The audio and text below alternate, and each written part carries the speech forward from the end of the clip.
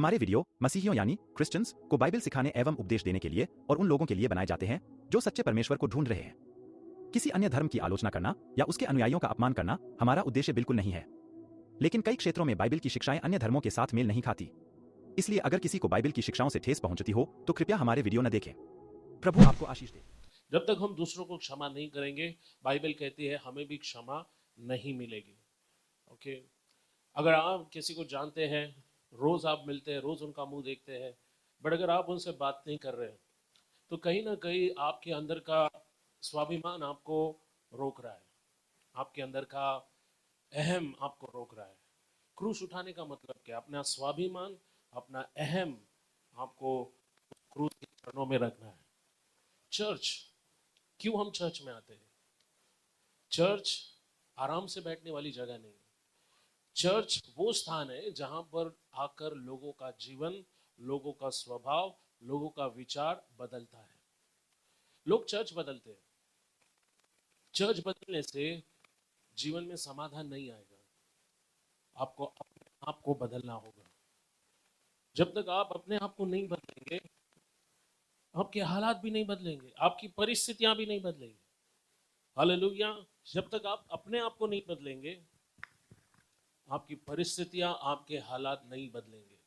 कुछ लोग ऐसे चर्च में जाना पसंद करते हैं जहां पर उनको आरामदायक महसूस हो, जहां पर पास्टर उनको ऐसे संदेश दे जो उनके कानों को सुनने अच्छा लगता है। और वो ऐसी जगह पर बैठना पसंद करते हैं जहां पर उनके पापों के बारे में बात करना लोगों को अच्छा नहीं लगता है। सुनिए यहां पर, लेकिन जब आप परमेश्वर के आगे खड़े होंगे तब आप उसे क्या जवाब दोगे? कलीसिया वो स्थान है जहां पर आपका विचार, जीवन अगर नहीं बदलता है तो वो चर्च आपके लिए सही नहीं है। जब हम यहाँ खड़े होते हैं, हम यहाँ पर प्रभु का वचन लोगों को देते, ये हमारी जिम्मेदारी है कि हम आधा सच नहीं पूरा सच बताएं। बाइबल कहती परमेश्वर का वचन जो है दो धारी तलवार है, और जब तलवार चलती है तो दिल दुखेंगे। तलवार जब चलती है तो वह आर पार हृदय को क्या करेगा? छेदेगा। इसलिए अगर प्रभु का वचन आपसे बात करता है तो पास्टर के साथ झगड़ा करने के बजाय अपने आप को नम्र करे और कहे कि यस, ये मेरी कमजोरी है, मुझे इस पर विजय पाना है। कितने लोग समझ रहे मैं क्या कह रहा हूं? Praise the Lord, hallelujah. प्रभु का वचन जो है वह हमारे आत्मिक सुधार के लिए, हमें सुधारने के लिए, हमें बदलने के लिए, हमारे अंदर एक नए बदलाव को लाने के लिए। Praise the Lord, hallelujah. आइए, जैसे हम हमारी सीरीज दो राज्य के बारे में हम सीख रहे हैं, आइए हम प्रभु के वचन में जाएं।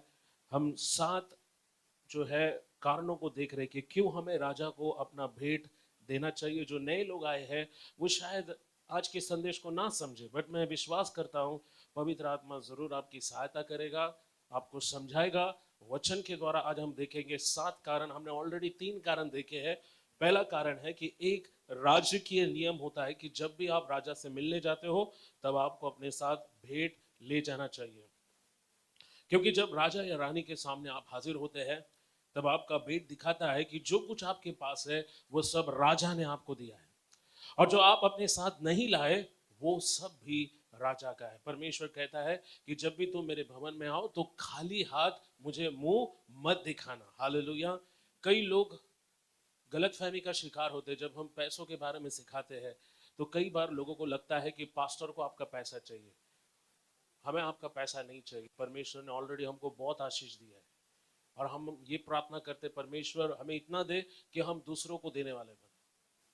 और जब हम देते हैं तो हम तुतारी नहीं बजाते कि हमने इसको दिया, हमने उसको दिया। ये परमेश्वर और हमारे बीच की बात है। सुनिए इस बात को। नंबर 2, जब आप भेंट लाते हो तो आपका भेंट राजा को शोभा दिए जाने वाला होना चाहिए। यानी आप राजा के पास जब आते हो तो कुछ भी कचरा या कुछ भी घटिया चीज आप राजा को नहीं दे सकते। तो क्यों? क्योंकि परमेश्वर बाइबल में एक राजा की तरह हम उसे देखते हैं। जो भेंट आप राजा को देते हैं वो सबसे उत्तम होना चाहिए। मलाकी 1:8 में, 1:8 से 15 में परमेश्वर इजराइल की भर्त्सना करता है और कहता है कि तुम जिस प्रकार की भेंट मेरे भवन में लाते हो, पुराने नियम में लोग भेंट क्या देते थे परमेश्वर को? वो जानवरों का भेंट देते थे, भेड़ बकरियां। लेकिन परमेश्वर ने उनसे कहा था कि जब भी तुम भेंट लाते हो सबसे उत्तम होना चाहिए। लेकिन इजरायली क्या करते थे? वो लंगड़े, बीमार, अंधे, आंख फूटे हुए जानवरों को परमेश्वर के भवन में लाते और इस तरह वो परमेश्वर का अपमान करते। सुनिए, अगर आपके पास देने के लिए कुछ नहीं है तो आप परमेश्वर के आगे ईमानदार बने, उस स्त्री की तरह जिसके पास सिर्फ तांबे के 2 सिक्के थे और जब उसने वो सब भवन में डाला, यीशु ने कहा कि जितने धनवानों ने डाला उन्होंने अपने बहुतायत से दिया, लेकिन इस स्त्री ने अपना सब कुछ परमेश्वर के भवन में दिया। परमेश्वर आपकी रकम नहीं देखता कि आप कितना ज्यादा या कम देते हैं, लेकिन परमेश्वर आपके दिल को देखता है। कई लोगों के हृदय पर कंजूसी का आत्मा काम करता है, उनके जेब से पैसा निकलता नहीं है। आज हम भेड़ बकरियां परमेश्वर को नहीं दे सकते क्योंकि समय बदल गया है। आज हमारी जीविका जो है वो पैसों से यहाँ की जाती है। हम काम करते हैं और बदले में हमें पैसा मिलता है, लेकिन पुराने नियम में भेड़ बकरियां उनका दौलत होती थी। आज स्टॉक मार्केट में लोग पैसा लगाते, शेयर्स, और हम देखते डिबेंचर्स, ये लोगों को पैसा लाने का एक माध्यम है। राइट, आप काम करते हो, आपको करेंसी नोट मिलती है, लेकिन पुराने जमाने में ऐसा नहीं था और इसीलिए लोग भेड़ बकरियां लाते थे। लेकिन हम देखते नए नियम में जब यीशु से पूछा गया क्या राजा को कर देना चाहिए, यीशु ने कहा तुम मुझे एक सिक्का दिखाओ। और यीशु ने बोला इस सिक्के पे किसकी तस्वीर है? लोगों ने कहा कैसर की। कैसर यानी सम्राट को दिया जाने वाला उपाधि। तो यीशु ने क्या कहा? जो कैसर का है वो कैसर को दो और जो परमेश्वर का है वो परमेश्वर को दो। एक पास्टर होने के नाते मुझे जरूरत नहीं है दशमांश देने की, क्योंकि आपका दशमांश सेवकों के लिए होता है।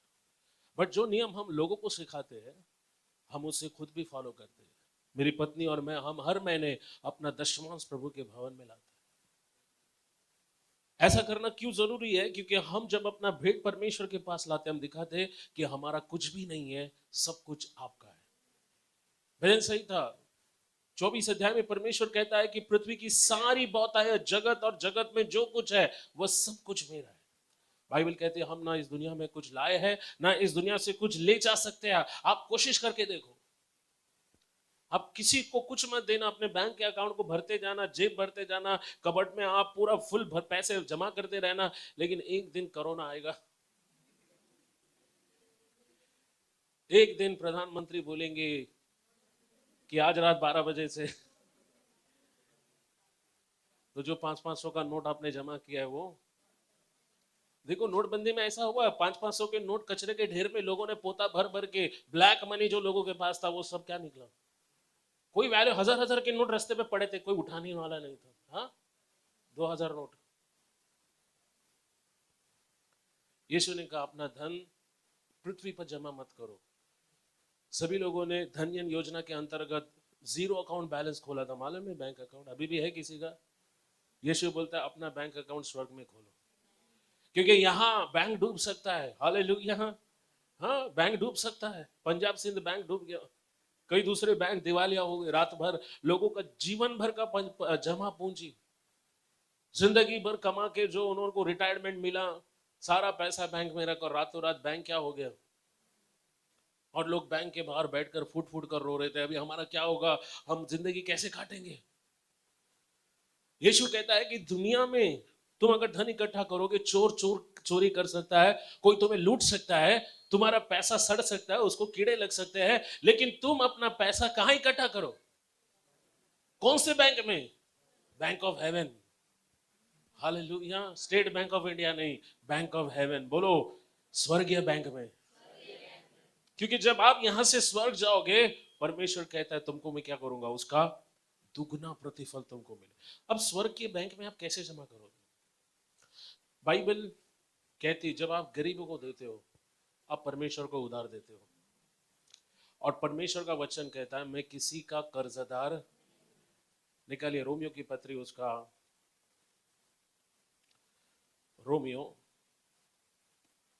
उसका 11 अध्याय वचन 33 से हम लोग पढ़ेंगे। वचन 33 को पढ़िए जल्दी से। आह परमेश्वर का धन्य और बुद्धि और ज्ञान की ही गंभीर है, उसके विचार कैसे अथाह और उसके मार्ग कैसे अगम। सुनो, यहाँ बाइबल कहती आहा, सभी लोग बोलो आहा।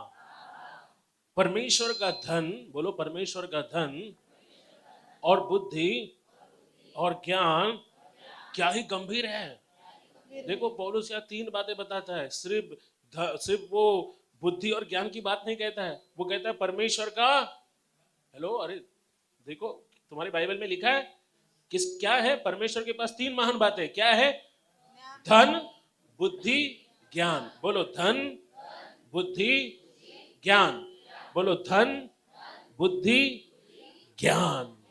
सो परमेश्वर आपको धन नहीं देता है, वो आपको धन कमाने की ताकत देता है, धन कमाने की बुद्धि देता है, धन कमाने की ज्ञान देता है।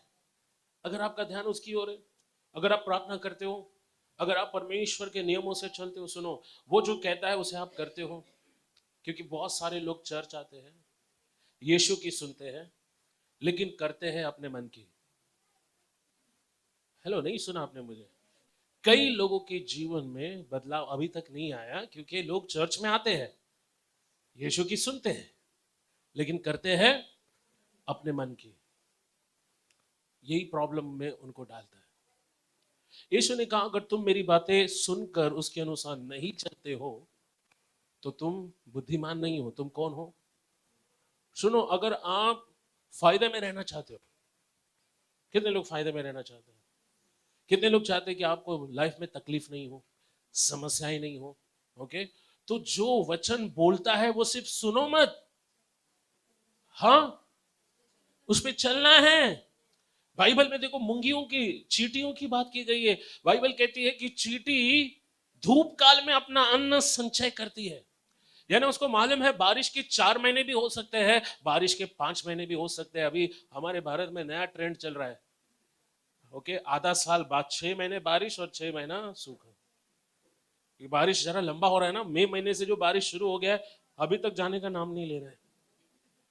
हाँ, सो चींटी को पता है कि बारिश 5 महीने भी हो सकती है, 4 महीने भी हो सकती है।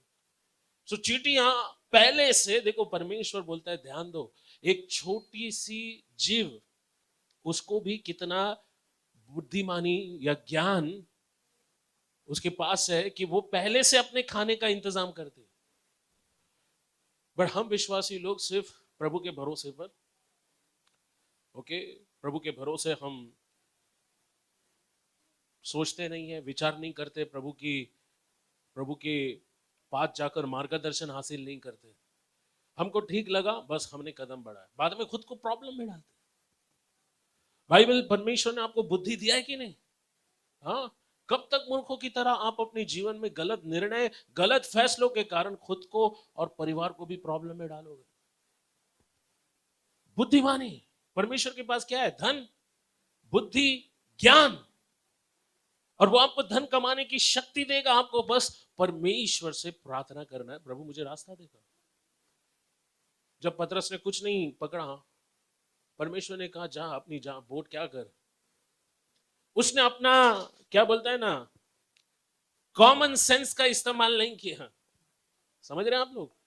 पतरस को पता था कि ये मछली पकड़ने का टाइम नहीं है, ऑलरेडी अभी घर जाने का टाइम है। बाइबल कहती है कि वो जाल धो रहा था, लेकिन यीशु के कहने पर उसने अपनी नाव गहरी जल में ले गया। और फिर यीशु ने कहा पतरस अभी अपनी जाल डाल। उसने सिर्फ इतना ही कहा, प्रभु हमने पूरा रात मेहनत किया, कुछ हासिल नहीं हुआ। और आप देखो यीशु के कहने पर जब पतरस ने जाल डाली, क्या हुआ? क्या हुआ? पढ़ा है कि नहीं बाइबल में? क्या हुआ? हाँ, उसकी जाल फटने लगी और मछली इतनी आई कि मछलियों के वजन से वो नाव, सुनो, हमारा परमेश्वर बहुतायत का परमेश्वर, ओके। संसार में लोग बोलते हैं ना, छप्पर फाड़ कर देता है, वो छप्पर फाड़ने के बाद छप्पर का रिपेयरिंग का भी पैसा देगा, इतना आशीष देगा। सुनो यहां पर, लेकिन पतरस ने ये चमत्कार नहीं देखा होता अगर उसने यीशु की बात नहीं सुनी होती।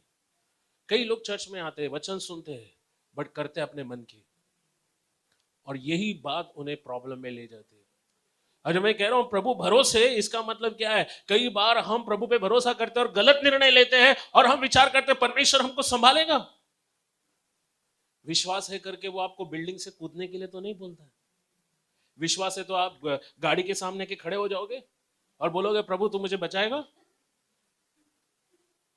ये विश्वास नहीं, अंधविश्वास है। पौलुस कहता है परमेश्वर का धन, बुद्धि, ज्ञान क्या ही गंभीर है, गंभीर। कब आप लोग गंभीर बनोगे? सीरियसली। और उसके विचार कैसे अथाह, सभी लोग बोलो अथाह। अथाह का मतलब जिसकी तह नहीं। समंदर जो है ना, उसे अथाह सागर कहते हैं। क्यों? क्योंकि वो इतना गहरा होता है कि उसकी गहराई कोई नाप, हाँ, 14,000 फीट के बाद समंदर में सब जगह अंधकार, कुछ दिखाई नहीं देगा। वहां पर सिर्फ एकदम गहरे सागर में सिर्फ जो है ना नीचे केकड़े और झींगे रहते हैं। जो समंदर का फ्लोर होता है उसको साफ करने के लिए प्रभु ने रखा है, यानी वो अनुकूल है, वही लोग वहां रह सकते हैं। 5-6 हजार फीट के बाद नीचे आपका शरीर जो है समंदर के पानी का वेट, आप देखो बड़े बड़े जो पनडुब्बी होते हैं उनको इस टेक्निक से बनाया जाता है कि वो समंदर के दबाव को झेल सके। परमेश्वर की बुद्धि अथाह है। ये पूरी दुनिया उसने कैसे बनाई, आज तक साइंटिस्ट उसकी खोज कर रहे हैं। इसलिए साइंटिस्ट उस विषय को विज्ञान कहते हैं, यानी वो खोज कर रहे हैं। अंतराल यानी स्पेस। परमेश्वर ने आकाश की सृष्टि कैसे की, ग्रह कैसे वजूद में आए, ब्रह्मांड कैसे वजूद में आया, इसकी खोज जारी है। तो इसलिए पौलुस कहता है परमेश्वर की बुद्धि कितनी अथाह है, उसकी कोई सीमा नहीं है। और बाइबल कहती है उसके मार्ग कैसे अगम है। वचन 34, प्रभु की बुद्धि को किसको जाना, या प्रभु की बुद्धि को किसने जाना। यानी प्रभु की बुद्धि को कौन समझेगा, कैसे सुबह होती है, कैसे शाम होती है। एक प्रभु के बहुत ही महान बुद्धिमान व्यक्ति ने एक बात कही कि अगर पृथ्वी जो घूमती है ना, हाँ, सूरज के चारों ओर चक्कर लगाती है, कितने घंटे लगते हैं पृथ्वी को एक चक्कर मारने? 24 घंटे लगते हैं। लेकिन अगर पृथ्वी का स्पीड 1 सेकंड के लिए भी कम होता है तो आपको मालूम है पूरी पृथ्वी पर मनुष्य का जो वजूद है वो खत्म हो सकता है। 1 सेकंड के लिए भी अगर पृथ्वी का स्पीड, वो बोलते हैं, कम हुआ तो आप सोचो कई हजारों सालों से ये पृथ्वी उसी स्पीड से दौड़ रही है। दिन हो रहा है, आकाश रात हो रहा है। तो आप देखो परमेश्वर कितना महान है, उसकी बुद्धि अगम है। और बाइबल बोलते उसकी बुद्धि को किसने जाना, उसका मंत्री कौन हुआ। वचन 35, किसने उसे कुछ दिया जिसका बदला वो दे। यानी परमेश्वर किसी का कर्जदार या परमेश्वर किसी का ऋणी नहीं रहता है। हालेलुया। वचन 36, क्योंकि उसी की ओर से, उसी के द्वारा, उसी के लिए सब कुछ है, उसी की महिमा युगान युग होती रहे। Praise the Lord. नंबर 3, आपका भेंट राजा के मूल्य और योग्यता को प्रकट करता है। आपके लिए जो व्यक्ति सबसे ज्यादा प्रिय होता है उसके लिए आप सबसे महंगे तोहफे देते हैं। आज मेरी पत्नी ने मुझे ये हफ्ते मुझे चौंका दिया। सबसे महंगा तोहफा दिया। उसने बोला तुम रोज नोट्स लिखते हो, किताब पे किताब। अभी डिजिटल हो जाओ, जमाना बदल गया। कुछ सॉफ्टवेयर उसमें डालना था, इसके लिए हमने कहा हम लोग नेक्स्ट संडे से उसका उद्घाटन करेंगे। बट मेरी पत्नी ने सबसे अच्छा महंगा गिफ्ट मुझे दिया, क्योंकि उसके लिए मैं बहुत कीमती हूं, बहुमूल्य हूं। राइट, ठीक उसी तरह मैंने उसे गिफ्ट दिया, ओके, क्योंकि वो मेरे लिए बहुत कीमती है। हालेलुया। सो जो व्यक्ति आपके लिए कीमती है, आप उसके लिए सबसे उत्तम भेंट दोगे। अब्राहम को परमेश्वर ने देखा, क्या ये मुझसे प्रेम करता है, क्या ये उस भेंट से प्रेम करता है जो मैंने उसे दिया, या वो मुझसे प्रेम करता है। और अब्राहम उस परीक्षा में पास हुआ। मौर्य पर्वत पर अब्राहम ने अपने बेटे का बलिदान देने को वो तैयार हुआ। बट परमेश्वर ने कहा बस कर अब्राहम, अब मुझे पता चल गया है कि तू मुझसे प्रेम करता है। अगर परमेश्वर आपसे कुछ बेशकीमती चीज आपसे मांगेगा तो क्या आप देने के लिए तैयार रहोगे? सबसे बड़ा सवाल है। और परमेश्वर अब्राहम की तरह हर एक से बेटा नहीं मांगेगा, लेकिन वो चीज जरूर मांगेगा जो आपको परमेश्वर भी से ज्यादा प्यारा है। और बाइबल में हम देखते हैं यीशु ने सिखाया। क्यों यीशु ने सबसे ज्यादा संदेश पैसों पर दिया मालूम है? क्योंकि पैसा ही एक है जो परमेश्वर से मुकाबला करता है। इस दुनिया में कई लोगों का देवता पैसा है, लोग पैसे की पूजा करते हैं।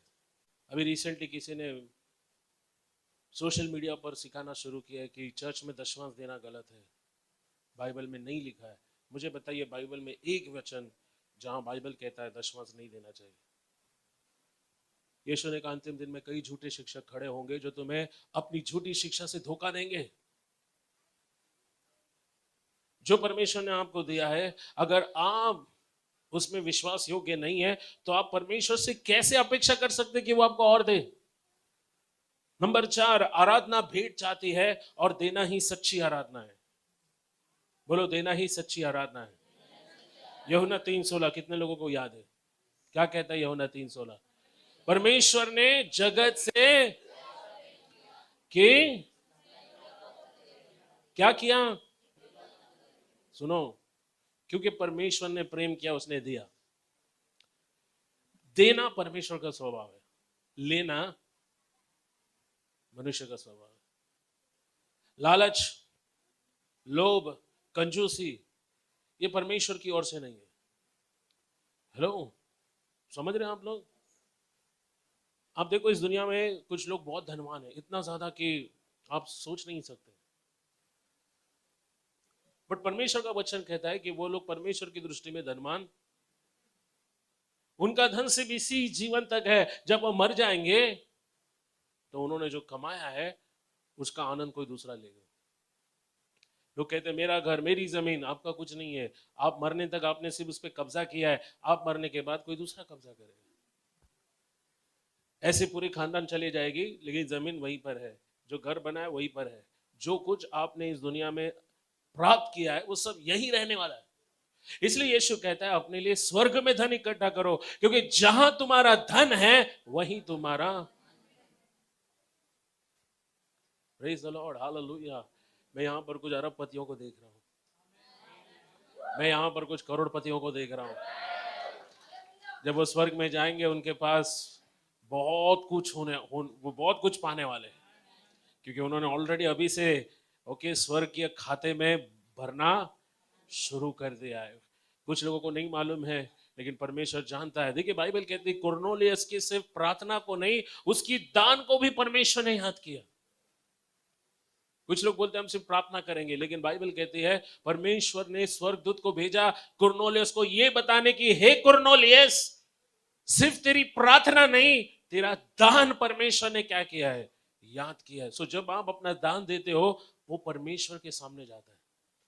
देखो प्रेरितों के काम 10 अध्याय को पढ़ो, कमा जल्दी से क्विकली। प्रेरित 10 अध्याय, मेरे को लगता है 3 या 4 से, जल्दी से पढ़िए। उसने दिन के तीसरे पहर के निकट दर्शन में स्पष्ट रूप से देखा। और उसने दिन के तीसरे पहर, बाइबल कहती है स्पष्ट रूप से एक दर्शन देखा। क्या देखा? क्या देखा? क्या दर्शन देखा? कि परमेश्वर का एक स्वर्गदूत उसके परमेश्वर का एक स्वर्गदूत उसके पास आया, भीतर आकर कहता है, और उसे आकर क्या कहता है? हे कुरनेलियुस, हे कुरनेलियुस। उसने उसे ध्यान से देखा, उसने ध्यान से देखा और डर कर कहा, हे प्रभु क्या है? हे प्रभु क्या है? पढ़ो पढ़ो। उसने उससे कहा, क्या तेरी कहा? प्रार्थनाएं और तेरे दान सुनो सुनो सुनो सुनो, बाइबल क्या कहती है? तेरी प्रार्थनाएं और तेरे दान। बोलो, तेरी प्रार्थनाएं और तेरा दान। किसने याद किया? परमेश्वर। और जब परमेश्वर याद करता है कि आपने 1 तारीख को किसी गरीब को 200 रुपए दिए, 10 तारीख को फिर कोई रास्ते पर लाचार है, बैठा है, भूखा है, आपने उसको खाना खिलाया, सब रिकॉर्ड होता है। लोग भूल जाएंगे, लोगों को आप मदद करते हो, लोग याद नहीं रखते। छोड़ दो, परमेश्वर याद रखता है, क्योंकि बाइबल यहां क्या कहती है? परमेश्वर ने कुरनेलियुस की प्रार्थना और उसके दान को क्या किया? याद किया। और देखो आगे क्या लिखा है? स्मरण के लिए परमेश्वर के सामने पहुंचे हैं। हाँ, बताए तेरा दान और तेरी प्रार्थना परमेश्वर के आगे पहुंचे हैं, उसको याद किया गया है। हाँ आगे। और अब याफा में मनुष्य भेजकर शमौन को, जो पतरस कहलाता है, बुलवा ले। वो शमौन चमड़े का धंधा करने वाले के यहाँ अतिथि है। सुनो सुनो सुनो, मैं ये बात आपको क्यों बोल रहा हूँ? आप अगर ये घर जाकर पूरा अध्याय पढ़े तो परमेश्वर ने एक जगह परमेश्वर के दास पतरस को तैयार किया, बोला तुझे कुरनेलियुस के घर जाना है। पतरस की कुछ अपनी गलत फहमियां थी, जो कुरनेलियुस के घर में जाने के बाद परमेश्वर ने उसकी गलत फहमियों को दूर किया। उसको लगा सिर्फ इजरायली लोगों से ही परमेश्वर प्यार करता है, लेकिन कुरनेलियुस अन्य जाति से आया था, रोमी सूबेदार था, और परमेश्वर ने उसको दर्शन दिया। उसके घर में परमेश्वर ने अपने दास को भेजा। सुनो, मैं ये बात क्यों बोलता हूं,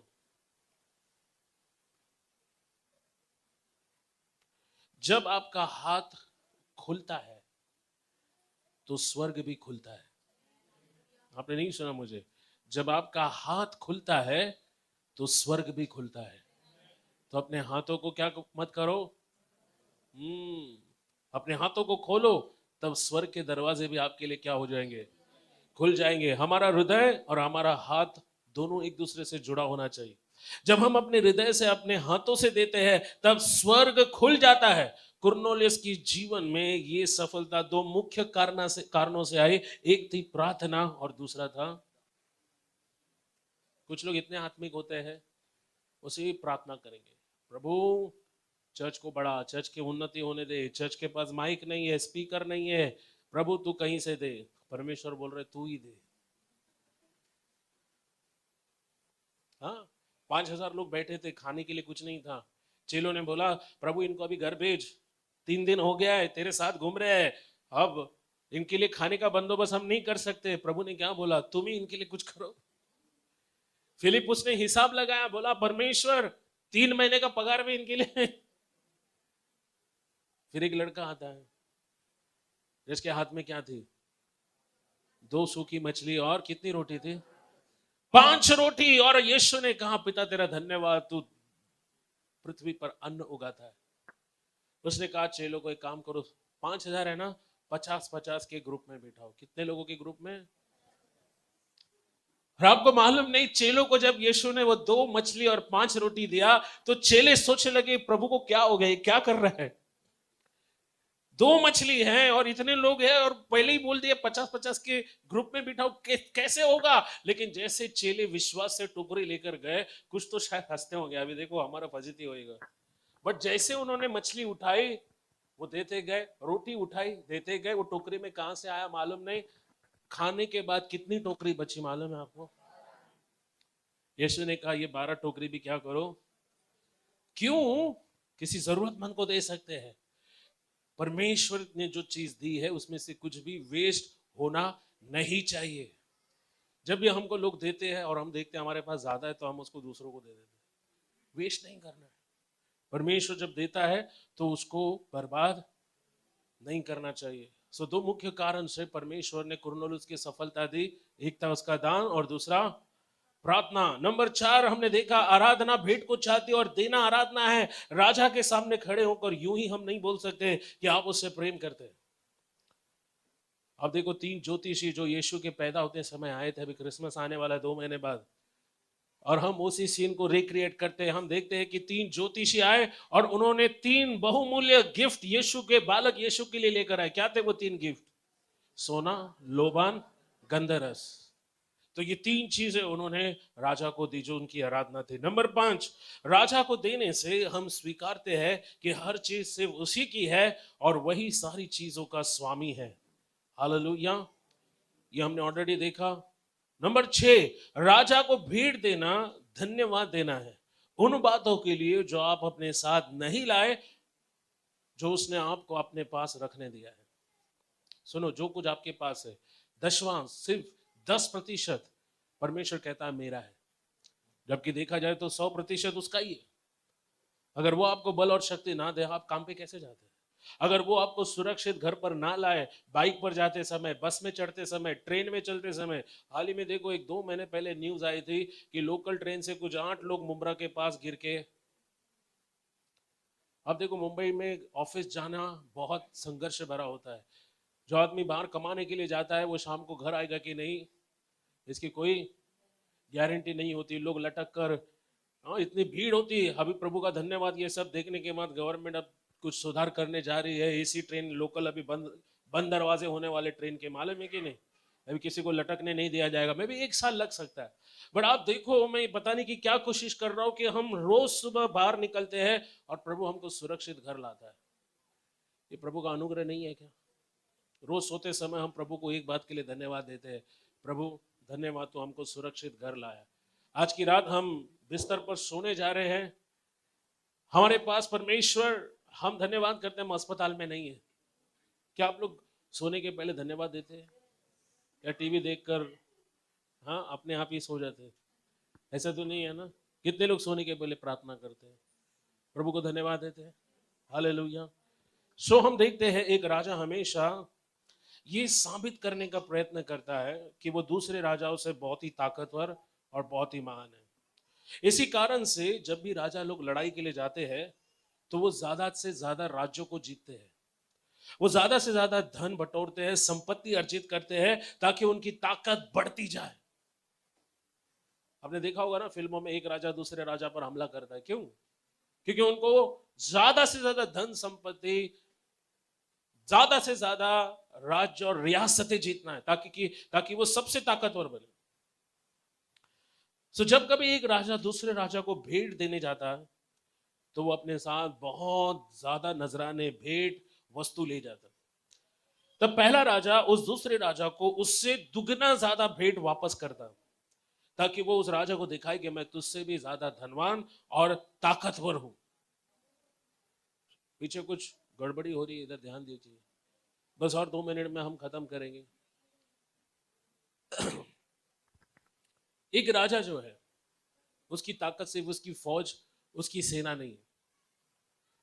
अगर एक राजा के पास ज्यादा धन संपत्ति नहीं होती है तो दुनिया के सभी लोग उसको बेकार और गरीब राजा समझेंगे। इसलिए अगर किसी राजा के पास कोई भेंट लेकर आता है तो वो राजा क्या करेगा मालूम है? जितना भेंट उसने दिया है उसका दुगना उसको वापस देगा, ये दिखाने के लिए कि हम तुम्हारे कर्जदार, ये दिखाने के लिए कि हम तुमसे ज्यादा क्या है, ताकतवर है, हम तुमसे ज्यादा धनवान है। सुनो यहां पर, जिस राजा यीशु की हम भक्ति करते हैं वो भी कितना धनवान है आप जानते हैं? उसके राज्य की जो सड़कें हैं वो शुद्ध सोने से बनी हुई है। किससे बनी हुई है? शुद्ध सोने से। पिछले हफ्ते मैं गया था पत्नी के लिए कुछ गोल्ड खरीदूं, मैंने देखा तो पूछा 1,15,000।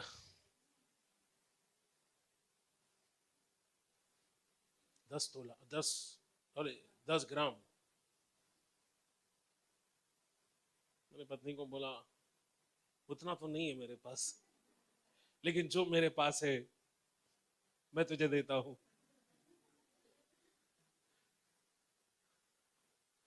और मैंने एक छोटा सा गिफ्ट उसको दिया, ये दिखाने के लिए कि मैं उससे प्यार करता हूं। हम जिस राजा की भक्ति करते हैं उसकी राज्य की सड़कें सोने की है, तो उसकी दुनिया में तुम सोचो सोना तो। जब कभी एक राजा किसी दूसरे राजा को मिलने जाता था, ढेर सारे भेंट वस्तु नजराने लेकर जाता, तब वो दूसरे राजा को शर्मिंदा करने के लिए जाता था, उसको अपमानित करने के लिए जाता था कि देख मैं तेरे पास कितना ज्यादा धन, सोना, चांदी लेकर आया हूं। फिर राजा क्या करेगा? ओके, तुमने मेरे लिए भेंट लाया, अब तूने जितना लाया मैं उससे दुगना तेरे को वापस दूंगा। ये दिखाने के लिए कि हम भी किसी से कम, तुम पानी हो, हम कोई पानी कम चाय, हम है, बाकी सब पानी कम। किसने बोला पानी कम? बाकी सब पानी कम। सो जब एक राजा अपने साथ भेंट लाता तो वो इसलिए नहीं कि उसको प्रेम की भावना होती, मगर वो तुलना करने और मुकाबले की भावना से भेंट लाता था। देखो शादी में हमारे यहाँ ऐसा होता है ना, अगर फैमिली में किसकी शादी है, अरे इसने चेन पहनाया, ओके मैं भी अंगूठी पहनाऊंगी। होता है ना फैमिली में, नेकलेस, हाँ मैं नेकलेस पहनाएंगे। मुकाबला होता है फैमिली में, मालूम है आपको? इसने 2 साड़ी दिया ना, मैं 4 साड़ी देगा। तुम क्या समझते हो हम भी कुछ है? हाँ, आखिर में लिखा है 10,000 रुपया, अगली बार तुम्हारे घर में शादी होने दो हम 20,000 देंगे, है ना? तो एक राजा जब भी भेंट लेकर जाता था वो इस भावना से नहीं जाता था क्योंकि उसको प्रेम है, वो तुलना करने और क्या बोलते हैं, मुकाबला करने की भावना से जाता। इसका एक सबसे अच्छा उदाहरण हम देखेंगे पहला राजा 10 अध्याय, लास्ट वचन है, फिर हम प्रार्थना करेंगे। पहला राजा 10 अध्याय 1 और 2 वचन को कितने लोगों को शीबा की रानी के बारे में मालूम है? जब राजा सुलेमान राजा बना तो उसकी कीर्ति, उसकी प्रशंसा पूरी दुनिया में फैलती गई। दुनिया का सबसे बुद्धिमान राजा राजा सुलेमान था। और रानी शीबा वो इथियोपिया नाम के अफ्रीकी देश से आई। इथियोपिया, सभी लोग बोलो इथियोपिया। अभी इथियोपिया जो है वो अफ्रीका में है। और इस रानी ने जब सुना कि राजा सुलेमान नाम का एक बहुत बुद्धिमान ताकतवर राजा है, तो उसकी उत्सुकता बढ़ गई। उसने कहा ये राजा कौन है, मैं इससे मिलना चाहती हूं, मैं इससे अवश्य भेंट करने के लिए जाऊंगी। तो रानी शीबा कैसे गई मालूम है?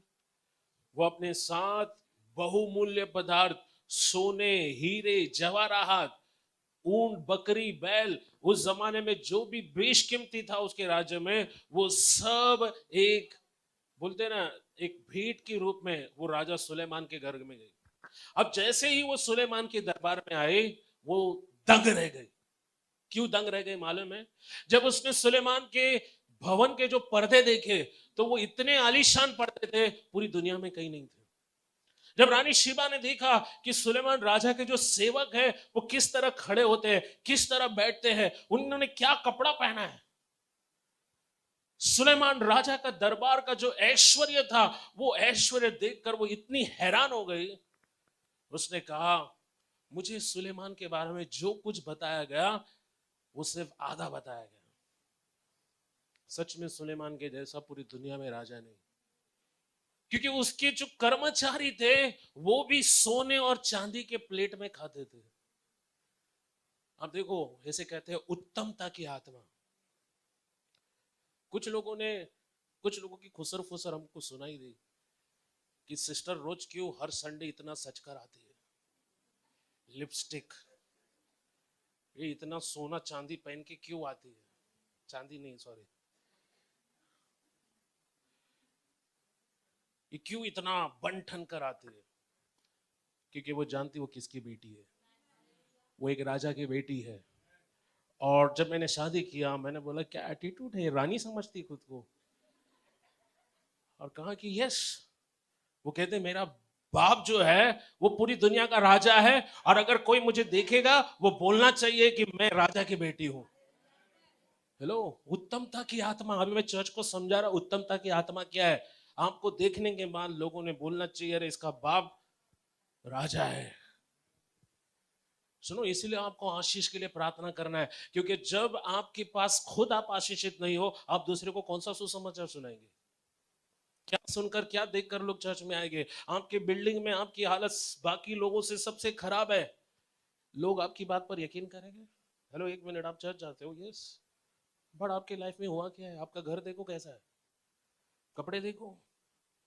हेलो, मैं किसी को नीचे नहीं गिरा रहा हूं, प्लीज पर्सनली मत लो इस बात को, मैं आपको सिर्फ समझाने की कोशिश कर रहा हूं उत्तमता की आत्मा के बारे में। राजा सुलेमान को देखकर शीबा की रानी इतनी दंग रह गई कि उसने कहा कि सुलेमान के बारे में जो मुझे बताया गया था वो सिर्फ आधा ही बताया गया। पहले पहले मेरे को भी जरा प्रॉब्लम हुआ, मैं बोला यार हमारे यहाँ सब सिंपल लोग हैं।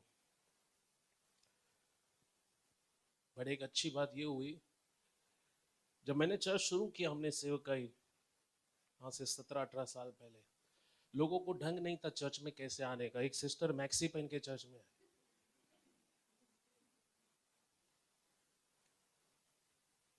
लोग रस्सी पर डाला हुआ कपड़ा निकाल कर कुछ भी पहन कर, कहां जा रहे हो? चर्च जा रहे हो। शादी में जाओगे ऐसे? हाँ, नहीं जाएंगे ना, बट चर्च में जाएंगे, क्या फर्क पड़ता है, चलता है। वो मेरे को भी चिल्लाती, अगर मैं बच्चों को कोई फटा हुआ कपड़ा पहनाता ना, वो हाथ से फाड़ देती, बोलती दूसरा कपड़ा दो।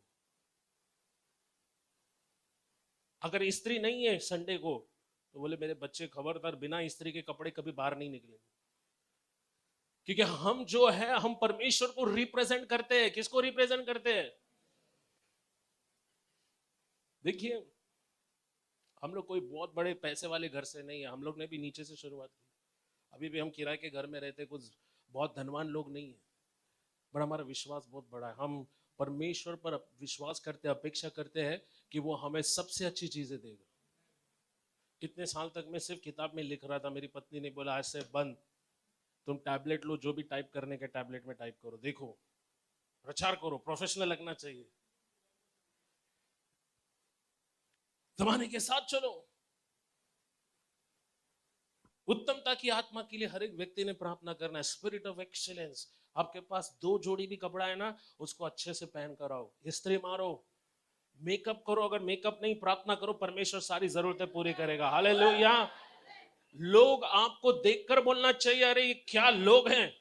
मैं एक सिस्टर से मिला, वो उद्धार में क्यों आई, चर्च में क्यों आई, क्योंकि उसके बाजू में मसीह लोग रहते थे जो चर्च को जाते थे एकदम टॉप टिप, एकदम कड़क इस्त्री मार के, परफ्यूम मार के, ऐसा कि किसकी शादी में जा रहे हैं। और जब वो सिस्टर पूछती थी कहाँ जा रहे हैं, वो बोलते थे हम आराधना करने जा रहे हैं, हम प्रार्थना करने जा रहे हैं। उनके ऊपर ऐसा प्रभाव पड़ा, उसने बोला तुम जहां जाते हो मेरे को भी लेके चलो।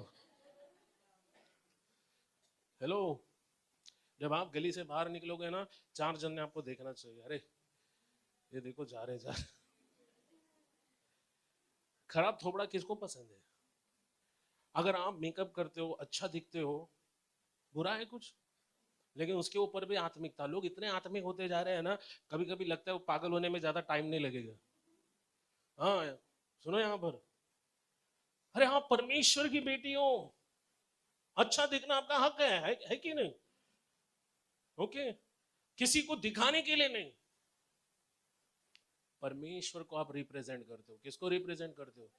आपके ऑफिस में आप जाएंगे फटेला कपड़ा पहनकर, बिना नहाए, बिना बाल धोए, हाँ, बिना मुंह पे पाउडर मारे आप जाओगे?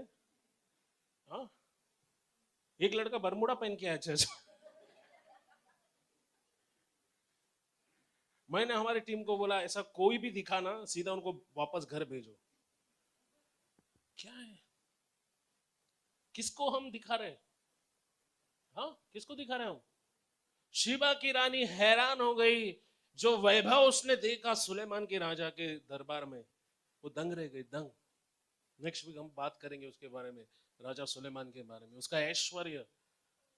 आपको मालूम, जब रानी शीबा वापस गई, उसने परमेश्वर को धन्यवाद दिया, और जितना धन वो अपने साथ लाई, इतिहासकार बोलते हैं कि सुलेमान ने उससे 7 गुना ज्यादा उसको देके भेजा, रवाना किया। कितना गुना देके भेजा? इसलिए मैं बोलता हूँ विश्वासी लोग इस संसार के लिए आशीष है, तुम जगत के लिए ज्योति और नमक हो। अब्राहम को परमेश्वर ने क्या बोला? मैं तेरे को आशीष नहीं दूंगा, मैं तुझे आशीष बनाऊंगा। सो पैसा मांगना है ना, इसलिए मत मांगो सिर्फ मेरा और मेरा परिवार का अच्छा हो। बोलो प्रभु इस एरिया में मुझे रखा है, मुझे आशीष बना। अगर कोई मेरे दरवाजे पर 12 बजे आता है ना, बोलता है मेरे को 200 रुपए चाहिए, मैं उसको दे सकता हूँ। अगर मेरे पड़ोसी में किसी को भी मदद चाहिए, मैं उसको निकाल के, मैं दुनिया से चला जाऊंगा, लेकिन लोग याद रखेंगे, अरे ऐसा भी कोई व्यक्ति था। हम चाहते लोग आपको याद करें। उत्तमता की आत्मा के लिए प्रार्थना करो। जब भी घर से बाहर निकलते हो, रिप्रेजेंट, किसको आप रिप्रेजेंट करते हो? आप राजाओं के राजा को रिप्रेजेंट करते हो। Hallelujah, praise the Lord. आइए हम खड़े हो जाए, क्योंकि टाइम हो गया है, मैं आपका ज्यादा टाइम नहीं लूंगा। लेट्स प्रे, आइए हम प्रार्थना करते हैं। धन्यवाद यीशु।